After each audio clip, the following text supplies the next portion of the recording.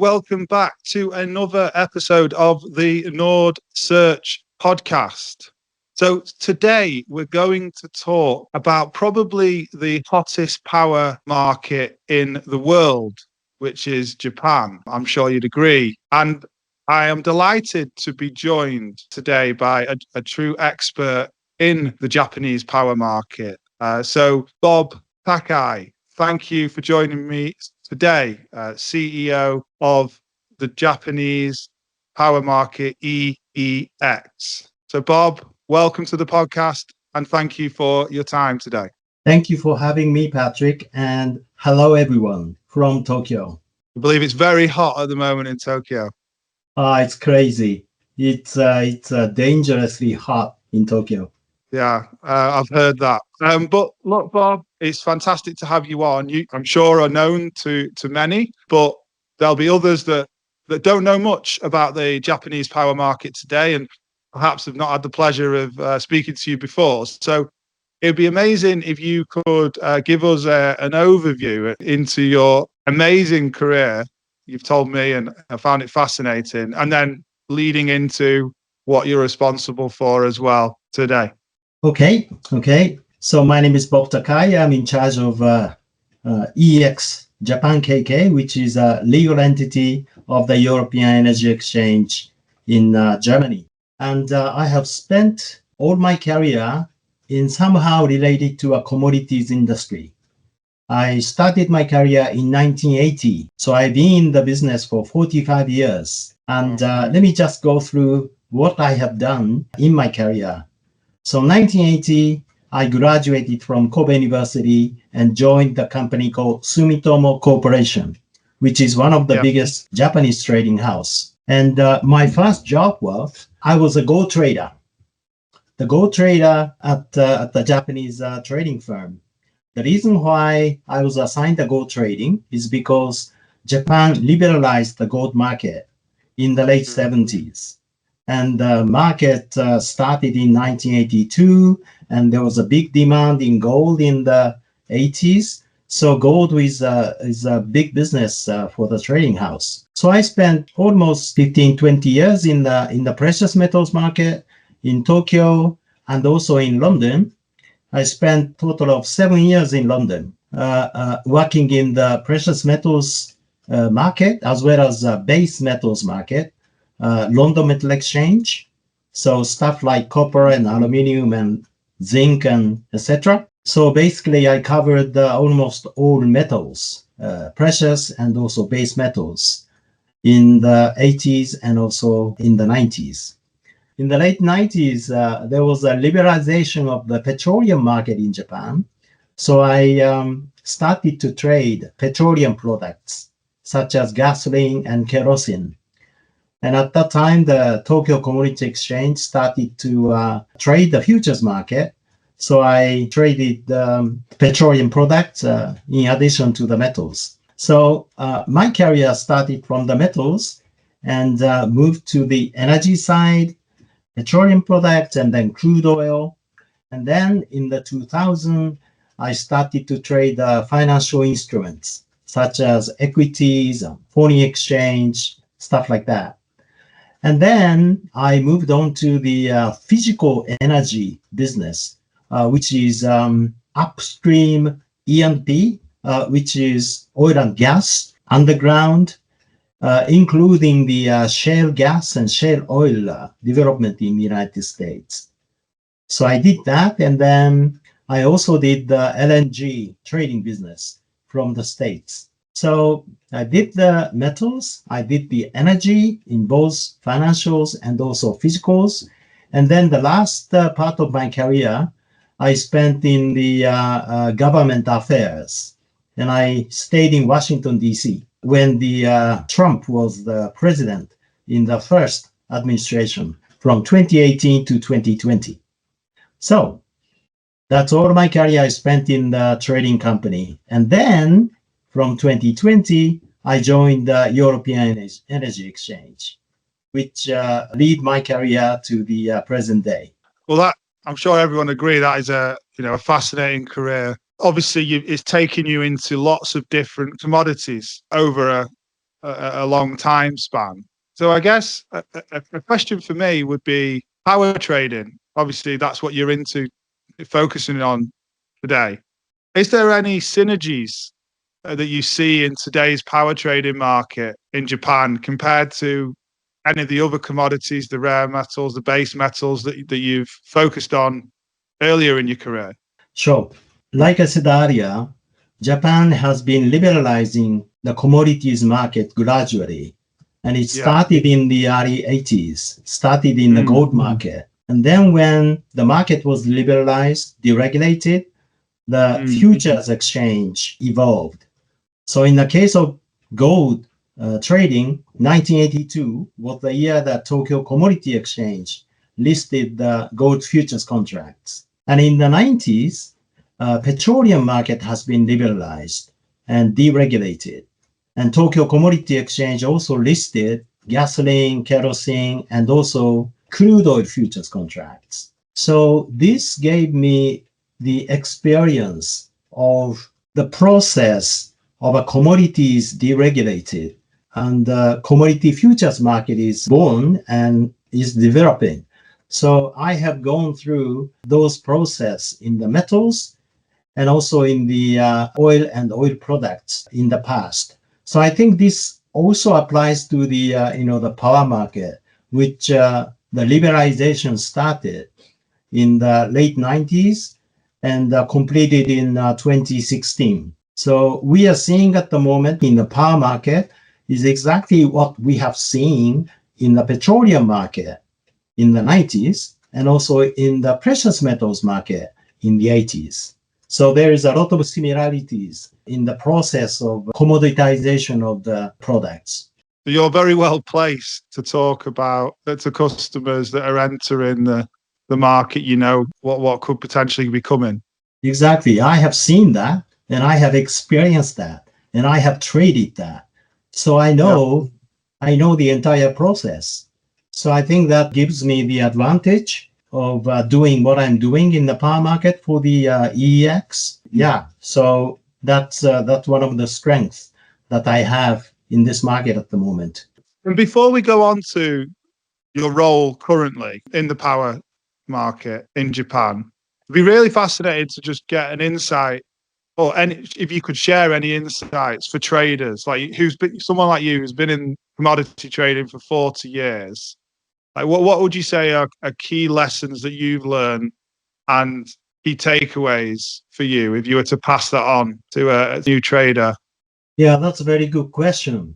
Being a good trader, you need to be humble all the time because the market is big and you cannot be bigger than the market that you are trading. So you have to be humble. That's the number one thing I would like to mention. And this gives me another, the point I'd like to mention, which is in trading any market, there is a volatility in the price, right? Whether it is gold or petroleum or power. And I always say, you give away the top and you give away the bottom. You cannot buy the bottom. You cannot sell at the top. So be humble. And also the last thing I would like to say is there is always a way behind that everybody is working. I would like to quote the Japanese saying. We have a very interesting saying in Japan. Let me see. Off the beaten path lies a mountain in bloom. So if you are walking the same way that others are walking, there is not much things that you can gain from that. There's always a path behind it. So that's another thing that I always keep it in mind when I was trading commodities in the past. Yeah, that's a great saying. I love that. Is that where curiosity is a good trait for a trader, trying to find that new path? Oh, exactly. You have to make effort every day. You have to learn what's happening in the market. So you have to be curious of what's going on in not only the commodity that you are trading, you have to be curious about what's happening in the equity market, have to be very curious about foreign exchange market, fixed income market, or global, international politics and stuff. So you have to be curious about everything. Otherwise, you cannot find the way that you should go. This podcast is brought to you today by Nimble Alpha, who provides systematic market insights and are trusted daily by some of the highest performing power and gas traders at tier one energy trading houses. Nimble Alpha delivers clear, data-driven signals across TTF, MBP, EUAs, German Power, Brent, and Henry Hub. They allow you to anticipate short-term trends, time executions, so you can stay ahead of volatility. So whether you trade spec, handle client flow, or manage risk, Nimble Alpha allows you to make sharper decisions with full transparency. In today's quant-driven markets, it's the perfect overlay of your fundamental research. So book your free trial today in the link below and get 10% off your first subscription. Stay nimble. Amazing. Great advice there. Thanks for that, Bob. Well, let's talk about your role today.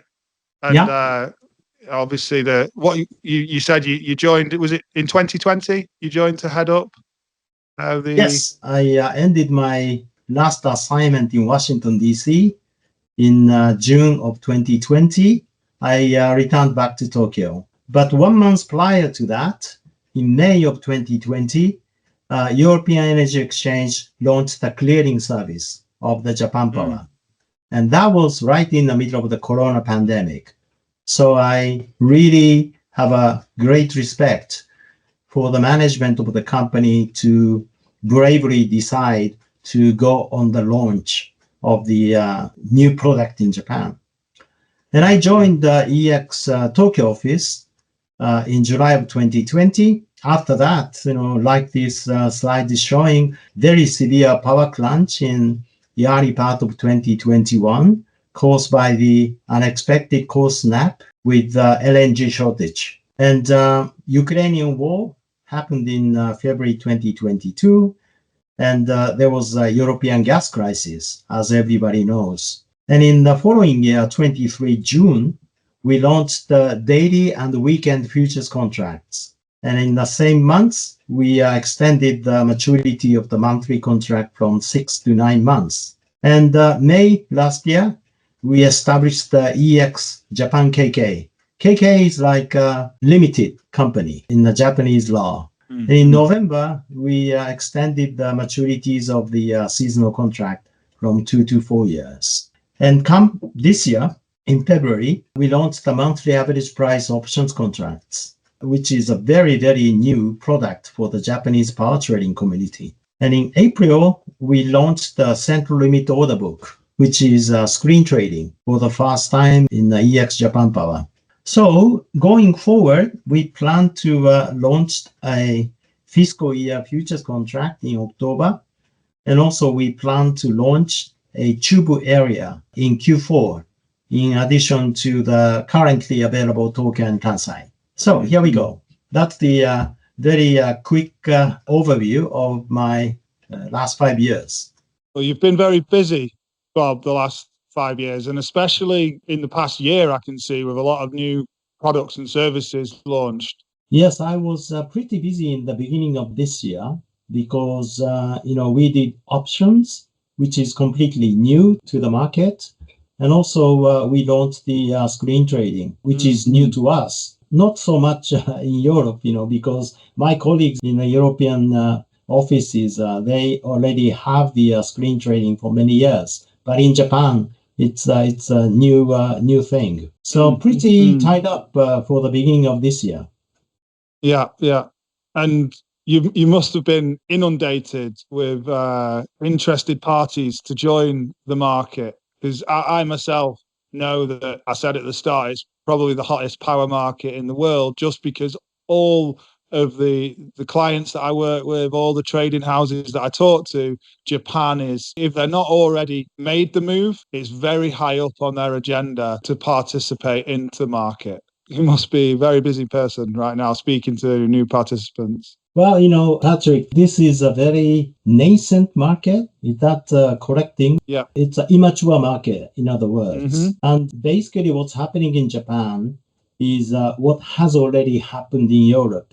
15, 20 years ago. So from the viewpoint of the power traders in Europe, this is like a deja vu, right? This is like back to the future, so to speak.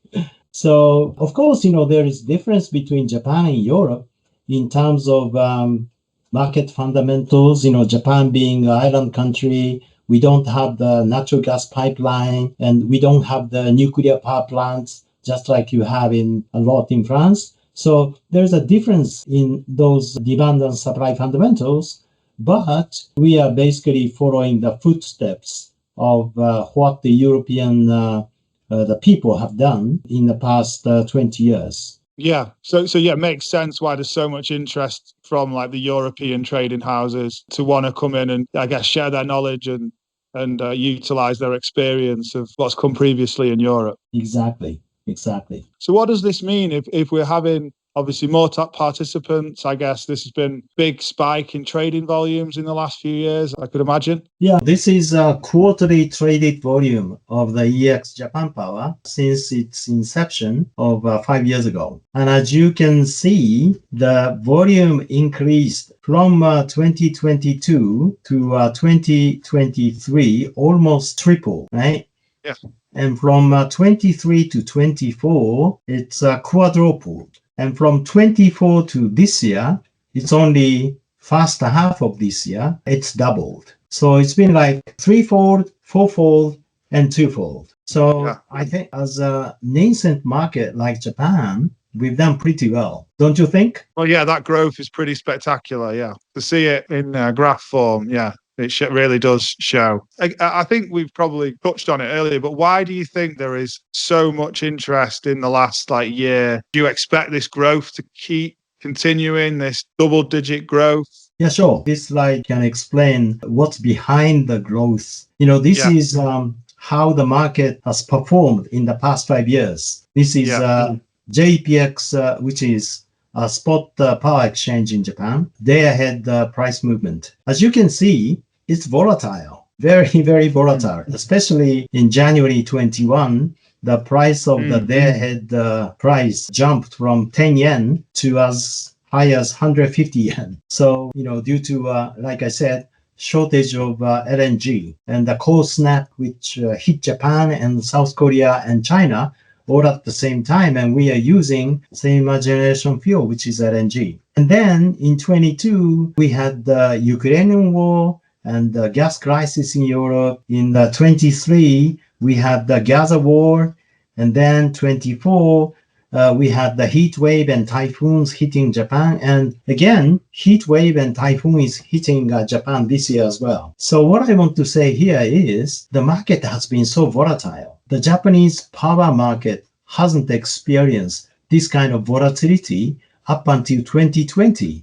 So this is the first time for the Japanese power people who have witnessed the volatility. Oh, really? So prior to this, it was quite flat? It was quite flat, very, very flat, and also flat in the lower side, like 10 yen or even less than 10 yen because of, solars and winds, renewables coming in. And we didn't have volatility in the LNG market as well. So the power market, the spot market has been very stable, has been quite cheap for a long time. And all of a sudden in 2020, things started to change. And to me, this volatility incentivized the power companies in this country to start seriously thinking about managing price risk using the derivatives instruments. So that's the biggest reason behind the growth in the Japanese power futures market. Interesting. And do you expect the volatility to stay in the upcoming years? Well, we have to ask what's going to happen to the gas market, which means, TTF gas, the European gas, and the European gas price impacts the JKM, which is Japan-Korea market, the spot LNG market available in East Asia. So there is a strong correlation between the two gas markets, TTF and JKM. And the Japanese power market is highly correlated to JKM, right? So this means if something happens in Europe, and similar thing is going to happen in Japan. And we have never ever seen this before. This only started in 2022 because of what happened in the European gas market. The Russian pipeline gas has been suspended, and the European power companies must buy LNG from spot LNG market. So this interesting development in the gas dynamics is giving the Japanese power market interesting new dynamics in the Japanese market. Yeah. See, I'm not an expert at all, obviously, in power trading. I just talk to the experts. But I find that fascinating because I never would have assumed how closely correlated the European markets, power and gas, would be to Japan. As you say, that's a recent phenomenon. Yeah, well, Japan is heavily dependent upon the LNG supply in terms of generation fuel. Yeah. At the moment, 30 to 40% of the power is using the LNG. And Japan is an island country, so there is no pipeline. So you have to plan ahead the quantity of the LNG you buy, and also where you're going to buy the LNG from, America or from Middle East or from Australia. So this complexity of the logistics of the most important generation fuel, LNG, is giving Japanese power market another dimension of the complexity. And also on top of that, we have lots of renewables coming in, just like in Europe. Yeah, we have so many solar powers, and not so much wind, but lots of solar powers. For example, we have a heat wave, lots of sunshine. And then the day like today, we have plenty of solar power. So the power price goes down when the sun is shining. But as soon as the sun sets, and then the power price started to go up. So naturally, the renewable entry to the Japanese power mix is giving the price a lot more volatility. Yeah. So I guess that's another reason why the European traders are so interested in Japan, because if they are experts in trading TTF and German power, if there's a strong correlation with Japan, and then they believe they can probably help the market in Japan just as well as they can in Europe. Absolutely, Patrick. You hit the nail on the head. You know, somebody who knows the fundamentals of the natural gas market in Europe can have an upper hand in forecasting, what's going to happen to the spot LNG market in Asia. And then eventually it gives impact to the Japanese power futures price. And also in Europe, there are many power trading houses who are very good at trading the renewable energy, the solars and winds, and very short-term spot trading of the power.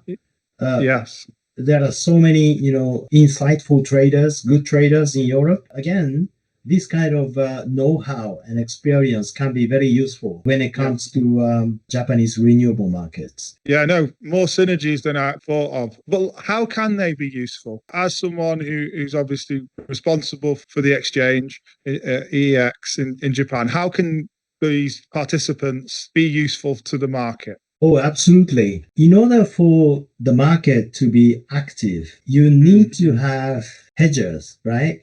The hedgers like Japanese power generator, Japanese power retailer, wholesaler, the trading houses. And these guys who are handling the physical power are the natural hedgers. They don't like the price volatility, right?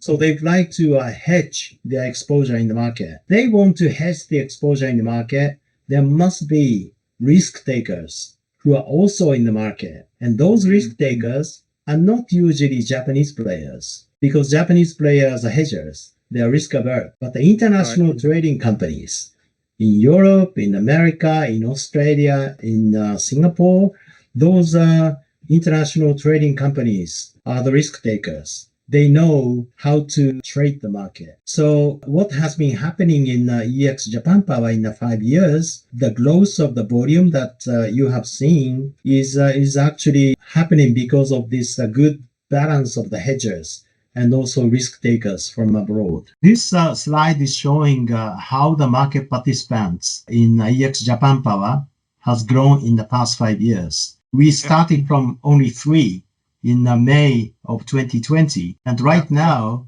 we have 107. So the number of the trading market participant has grown by 35 times in 5 years. Wow. And this is a breakdown of our market participants as of July this year. As you can see, we have a very well-balanced customer portfolio. The Japanese players are 53 companies, and the international players are 54 companies. And let's just say in the Japanese case, we have 29 power retailers and 13 power and gas producers and 7 financials and 4 major trading houses. And basically, those guys are the physical players. So they are natural hedgers, right? Yeah. And on the international side, we have power trading companies, 23, and 17 financial companies, and 11 commodity trading companies, and 3 oil majors. And basically, these international players are very experienced, has got a lot of know-how how to manage the price risk. So these guys are playing the role of the risk takers. So hedgers from Japan and risk takers from international community, the combination between the two makes the liquidity. Yeah. So like you say, that's like a near perfect balance. So is that a coincidence or is that been done like on purpose so far? Well, it's coincidence, to be honest. I cannot control the number of the Japanese players and international players to coming into this market. It just so happened. So maybe as more and more Japanese companies enter the market as hedgers, and then more and more international risk takers are coming in. So to me, keeping this balance is a quite important part of keeping the liquidity growing. Yeah. So it keeps it healthy. Yes. Do you expect it to continue to be such a perfect match in the next year? I would say it's not going like to be for the next 5 years, I would say. Maybe in Japan, we have 700 power retailers, licensed power retailers in this country. Okay. And only 30 or 29 companies trading the EEX Japan Power at the moment. So we have so many power retailers who are not trading derivatives at all. So there is a big potential for the power retailers.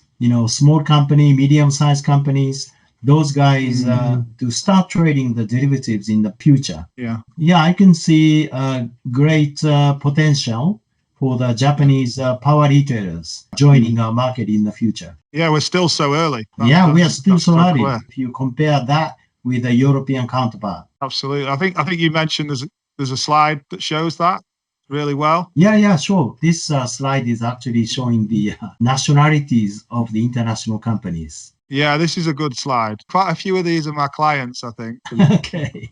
Without naming names. Yeah, those nationalities we took from parent company nationality, right? Some of those companies have offices in Singapore and trading out of Singapore, but we took the nationalities of a parent company of those companies. At the moment, 15 different nationalities: US, Denmark, UK, France, Australia, Germany, Switzerland.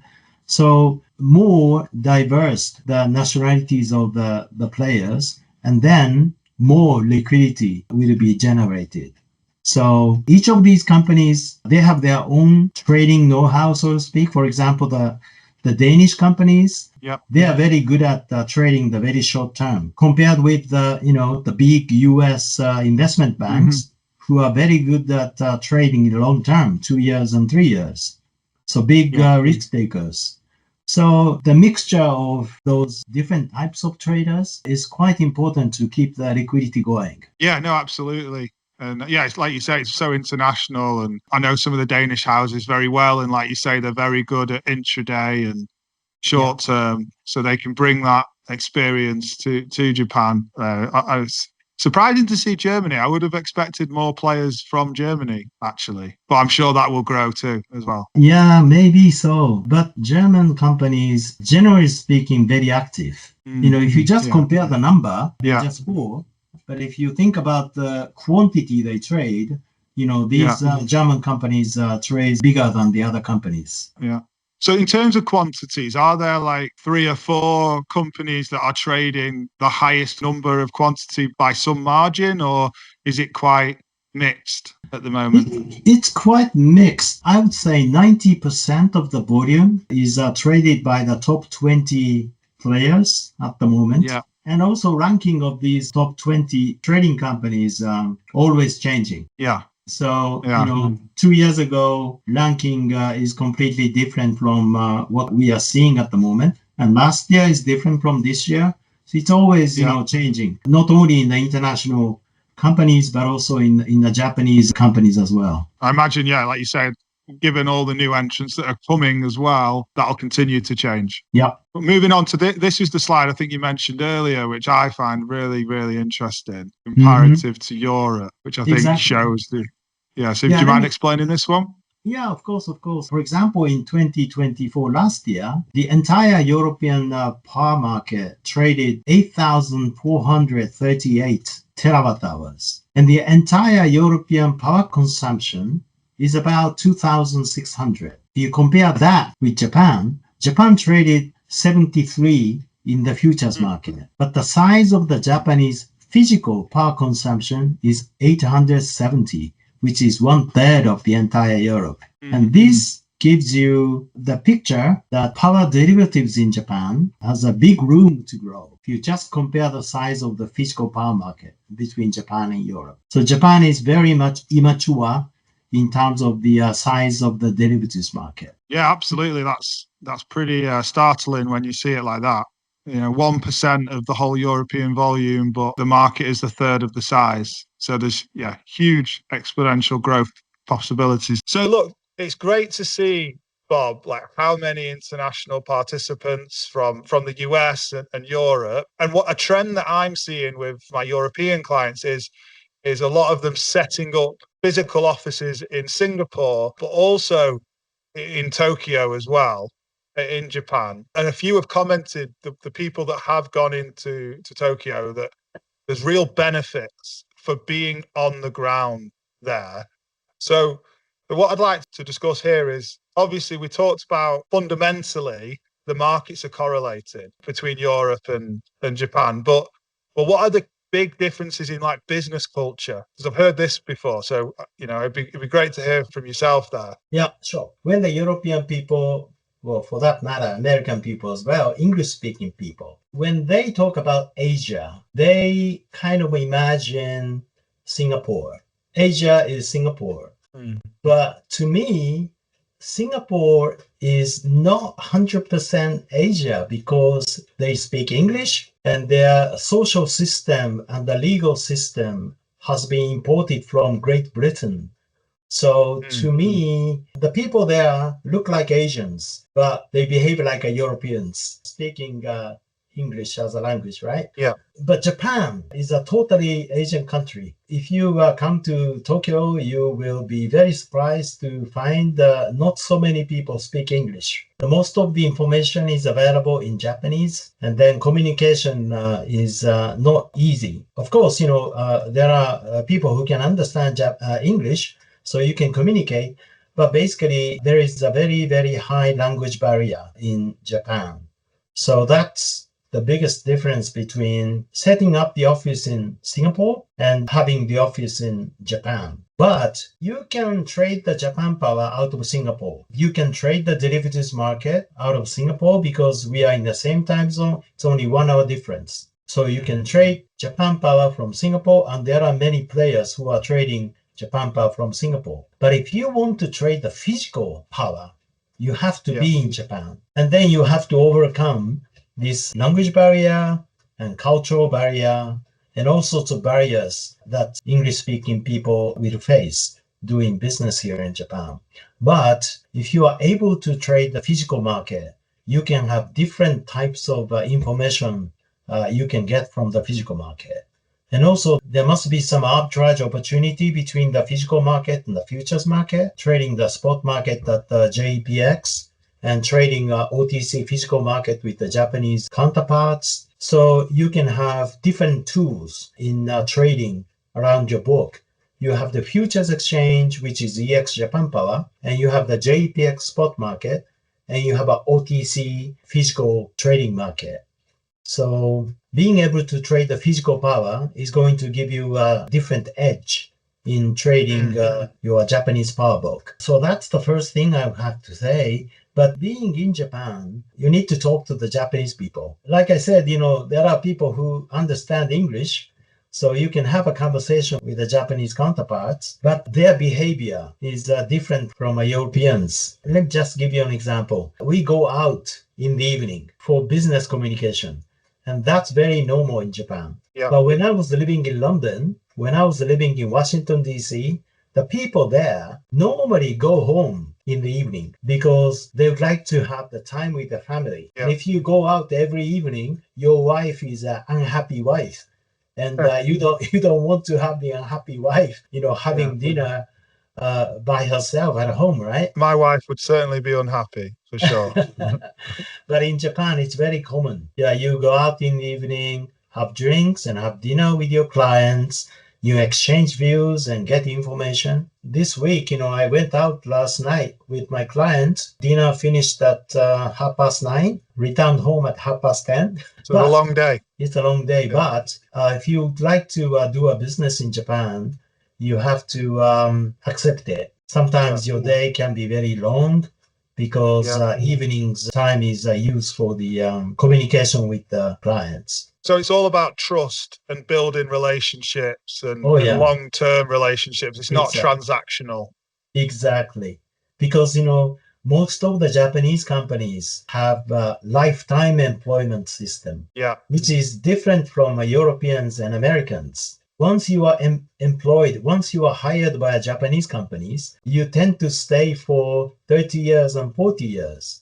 In my case, I stayed in one company for 40 years. And that rarely happens in Europe. It used to happen, but a couple of maybe like my dad's generation, he worked for a company for 30 years, but you don't see that anymore. Exactly. In Europe. Yeah, I agree. I think this kind of generational thing is definitely happening in Japan. Nowadays, the young people tend to leave the company at the early stage to join another company. But generally speaking, people tend to stay in the same company. And this means your relationship has to be long-term. Yeah. Because you are working in the same company for a long term, and you get to know him or you get to know her, and then the relationship also gets longer and longer. So this long-term relationship and trust and communication in the evening time. So these are the things that you have to accept when you are doing business in Japan.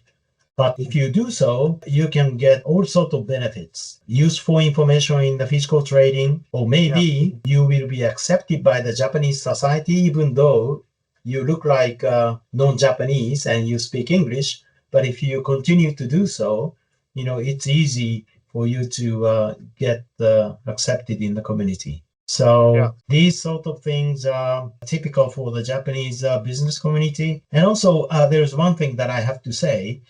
There is a conservatism in regulatory space. The Japanese regulator, in the case of Japanese power market, it's called METI, Ministry of Economy and Trade and Industry, METI. And they are the people who are regulating this market. They are the very conservative people, but they are the people who initiate the energy policy for the longer term. So they have the power to come up with long-term energy plan for Japan. So you need to understand their mentality, how they want the energy market in Japan to be going forward. And in order to do so, you have to meet with them and you have to read all the information that METI makes public. But unfortunately, most of the information is in Japanese language and it's quite long.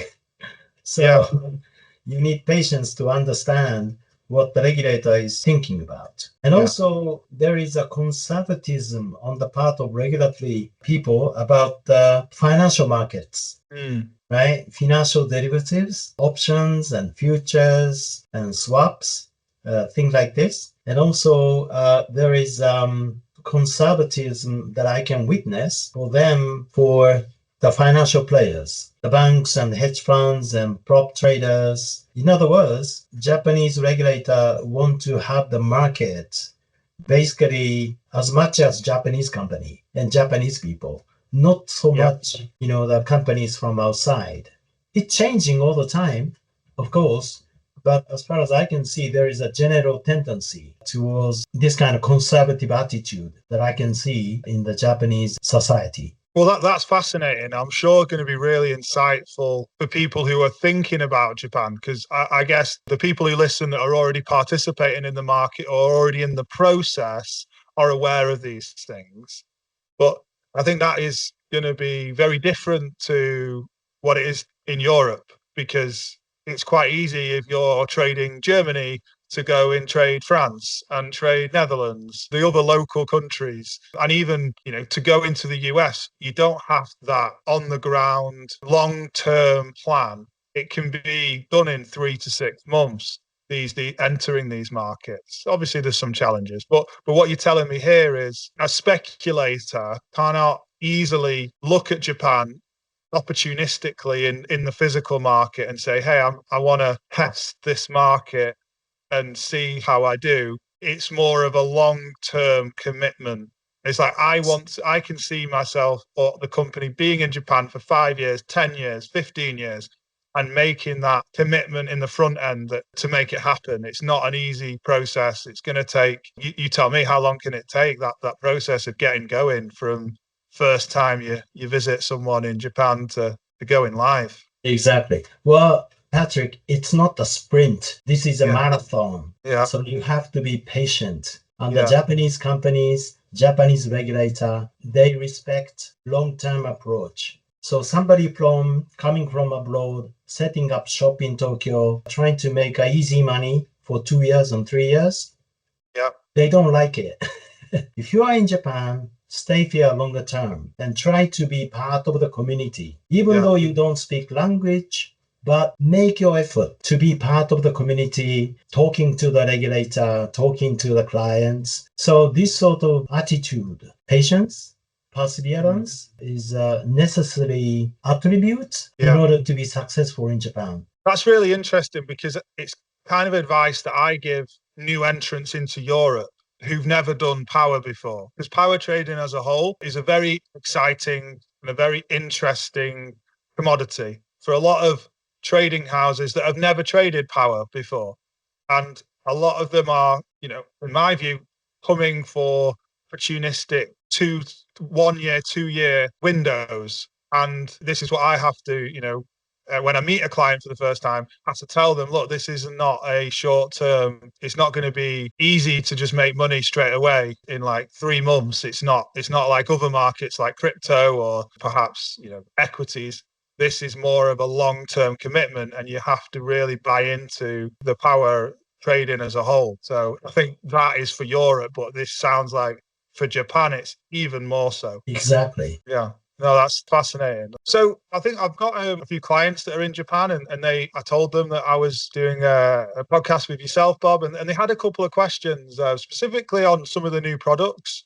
So options, obviously it's very new. Could you tell us a little bit about the options market, where it is today, what your view is moving forwards? Yeah, options is a very new product as far as Japan Power is concerned. We only launched it in February. So 5 months, 6 months since we have launched. And we have already traded 1.2 terawatt hours. And I think we had something like 60 transactions already in the options the market. The unique part of the EEX Japan Power option is the average price option. It's the Asian style option. Okay. So we take the average of the JEPX day ahead price, and then we settle the difference between the strike price you set in the beginning. So it's a very unique specification of the options product here in Japan. The reason why we do this is we are targeting the Japanese retail sector. The Japanese retail sector is selling their products to the physical end users based upon the average price of a JEPX. So what they worry about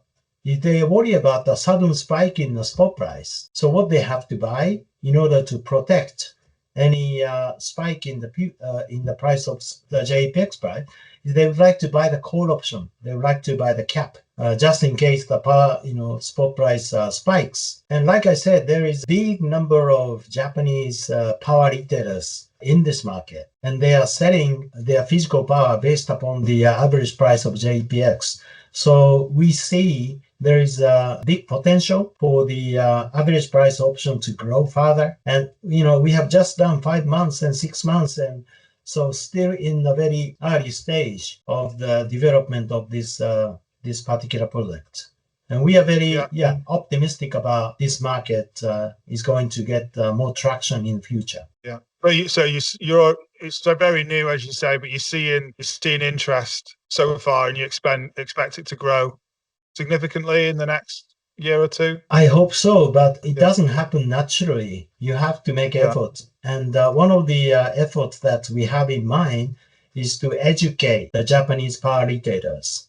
And in order to educate the power retailers, you can do it individually. But since we have so many audience in this retail sector, what we have in mind is we are now in the process of creating a YouTube video, which is a tutorial video targeting the Japanese power retail sector. So we talk about what the derivatives are, we talk about the risk management, and then we talk about the options. We talk about how to utilize to limit the risk exposure by using derivative instruments.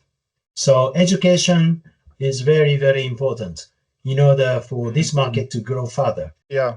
And I guess that's going back to like US markets or European markets. Derivatives are just like part of everyday work, and these products have been there for a long time. But as you say, there's an education piece because it's so new for Japanese retailers. They've not seen it before, so they need to. I guess there's a bit of skepticism or just a bit of unawareness of it. Exactly. Well, if you go to equity market, if you go to FX market, these guys know what derivatives are. These guys know what the options are, swaps are, whatever. Yeah. But the power market is only liberalized 8 years ago, right? Yeah. So has a very short history so far. So we need more education to get the conservative players to be involved in the derivatives market going forward. Yeah. And also another new product is the order book introduction. So how's that been received so far? I know it's very new. It's only April. It's only April. Yeah, it's very, very new. And it's taking time. But gradually, slowly increasing the usage of the order book. I think at this moment, it's about 2% of the total volume. The transactions which go through our order book is about 2%. But, if you go to Germany, it's 50% of the total volume. So again, we have a long way to go to catch up with the European counterpart. Yeah, for sure. And how do you view the 2026 futures trading activity? Because someone mentioned to me that there's some deals expiring. Could you go into that a little bit? Yeah, sure. There's a PPA, the long-term PPA, which have been signed some 10 years ago between JERA, which is the largest power producer in Japan, and a company called TEPCO EP. TEPCO is Tokyo Electric Power, TEPCO EP, which is a retail arm of TEPCO, and also Chubu Miraizu, which is also a retail arm of Chubu Electric, another big producer of power. So JERA, the big seller, and these two companies, TEPCO and Chubu, are the big buyers. And this long-term contract is going to expire at the end of March next year, right? Okay. So as far as FY26, which starting from April next year, there is no contract available. So these guys must go to the market and buy. I mean, the buyers have to go to the market and buy. The sellers must go to the market and sell. So this is what's going on at the moment. And I think this transaction is going to stay until the maturity of a long-term contract.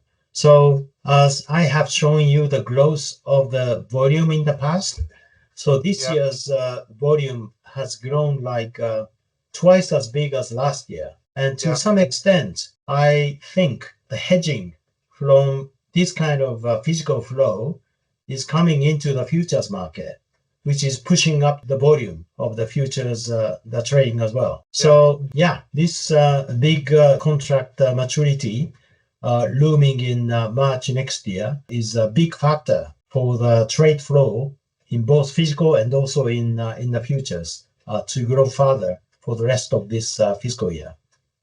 Yeah, interesting. Something that I've seen in the European market is a big increase in algorithmic trading in the short term, especially.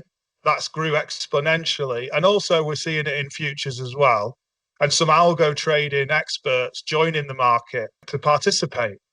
So I'm interested to touch on algo trading in Japanese power, especially because you mentioned obviously the TSOs are a little bit more conservative. So interested to just get your views on algorithmic trading and the role that could play. Yeah, that's another good point about the the conservatism that I discussed earlier. So I talked about the conservatism towards financial players and conservatism towards options and futures, derivatives in general.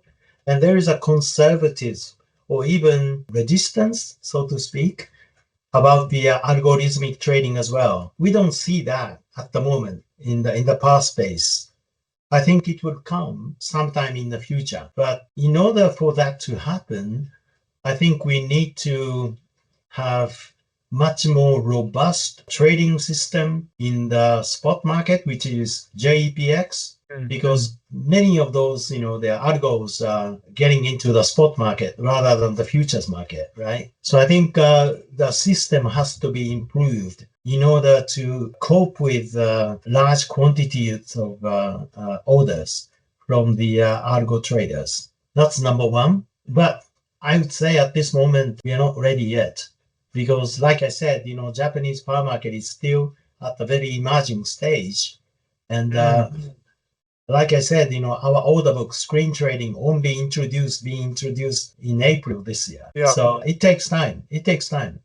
But like I said, what happened in Europe is going to happen in Japan. So it will happen. And we have to be prepared. Yeah, just a bit too early, like you say, because the trading volumes, the orders, daily orders are not at the same levels, that they would start to Patrick, let me mention, if you go to Osaka Exchange, which lists Nikkei 225 futures products, there are so many algos. So many algos are trading Nikkei 225.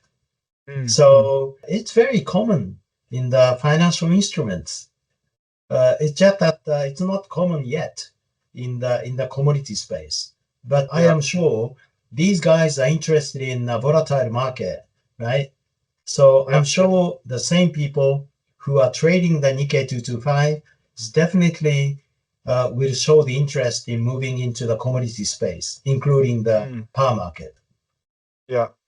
Well, do you think that if someone who wants to get into physical power as an algo trader today, do you think they will be met with skepticism from the TSO? It's a very difficult question for me to answer because I am not dealing with the TSO people and I'm not dealing with the JEPX myself. But as a general comment that I can make, there must be some negativity about algos, many algos, hitting the market. The people, people are usually, very scared about the influx of lots of algos. But that's my general view. Yeah. I've just seen the trend, especially with renewables, like because the daily volatility of renewables is so high, and especially in Europe, algos have just basically now become the main way of trading, the intraday market. So yeah, I know there's interest in taking that approach to Japan, but how easy it is to actually get it in today, that's a different question, like you say. Bob, just final thought, because we've covered a lot here and it's been fascinating, genuinely. Just on how you feel about the future in Japanese power markets, and is there any key insights and takeaways that you would mention next 2 years? You see, Japanese physical power consumption is about 900 terawatt hours. Yeah. It's number 4, number 5 in the global ranking. So we are one of the biggest power consumers in the world. And the most recent METI report on the energy plan going forward, showing this power demand currently 900 is likely to grow to 1100 by 2040. due to data center demand, AIs, AI. and semiconductor, manufacturing, all sorts of new type of demand that we haven't had in the past. So the consumption is going to grow. But at the moment, the supply is not enough. Maybe you might know that back in 2011, we had a very unfortunate disaster in one of the nuclear power plants in Fukushima Prefecture, caused by the earthquake and tsunami. And still, we have many 20 or 25 nuclear reactors offline. They're not working. Right. And also there is strong resistance on the part of Japanese people about the risk which is involved in nuclear power plants. So the demand is rising, but the nuclear power plants is not easy to restart. And there is a strong resistance about fossil fuels. So you cannot generate the power from coal and natural gas and oil. So this complexity in dynamics between the demand and supply in the power market is going to give the market a lot of challenge. Yeah. So I think, and also on top of that, we have a growing number of renewable energy coming in. Yes.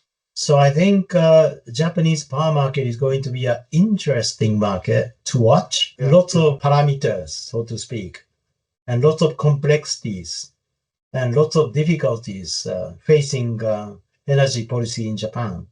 So I'm sure this can be a very interesting market for the power traders in both physical and also in the futures market to trade. Yeah, no, I think it's similar dynamics to what we're seeing like in Germany, like obviously nuclear not being a big driver of energy anymore and renewables being the heavily invested.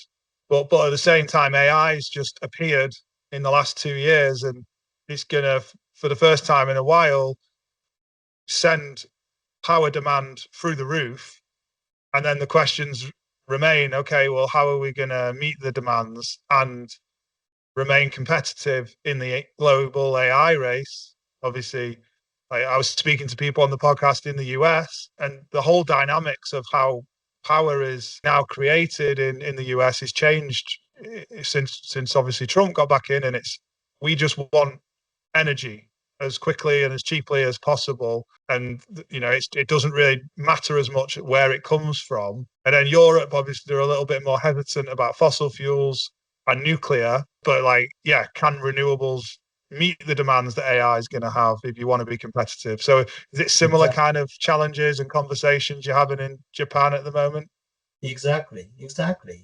And all these things lead us to the market volatility, right? Yeah. So price of power is not going to stay low at 10 yen or 15 yen. It's going to be like this in both day-ahead market. At the moment, the Japanese spot market doesn't allow the negative price. But in Europe, look at Europe, there are many, many negative prices. In Germany, especially, yeah.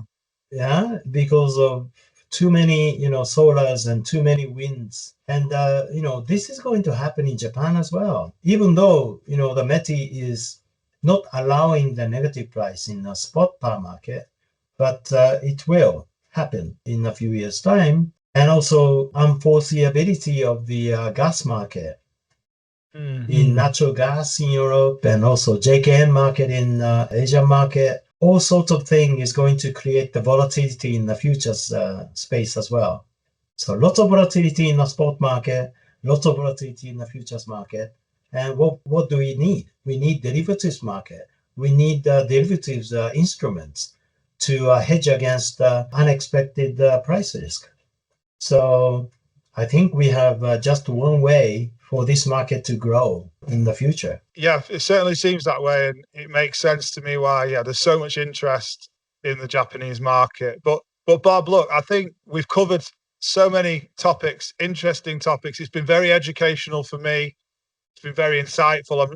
I'm sure that the audience will agree as well. So, I've loved that conversation. So thanks a lot for your time, Bob. Really appreciate it. My pleasure. And If you have any questions or if your customers have any questions, please do feel free to contact me. Yeah, I'm sure there will be, Bob. I'm sure there'll be plenty of interest following this if there wasn't already. Awesome. Thanks again.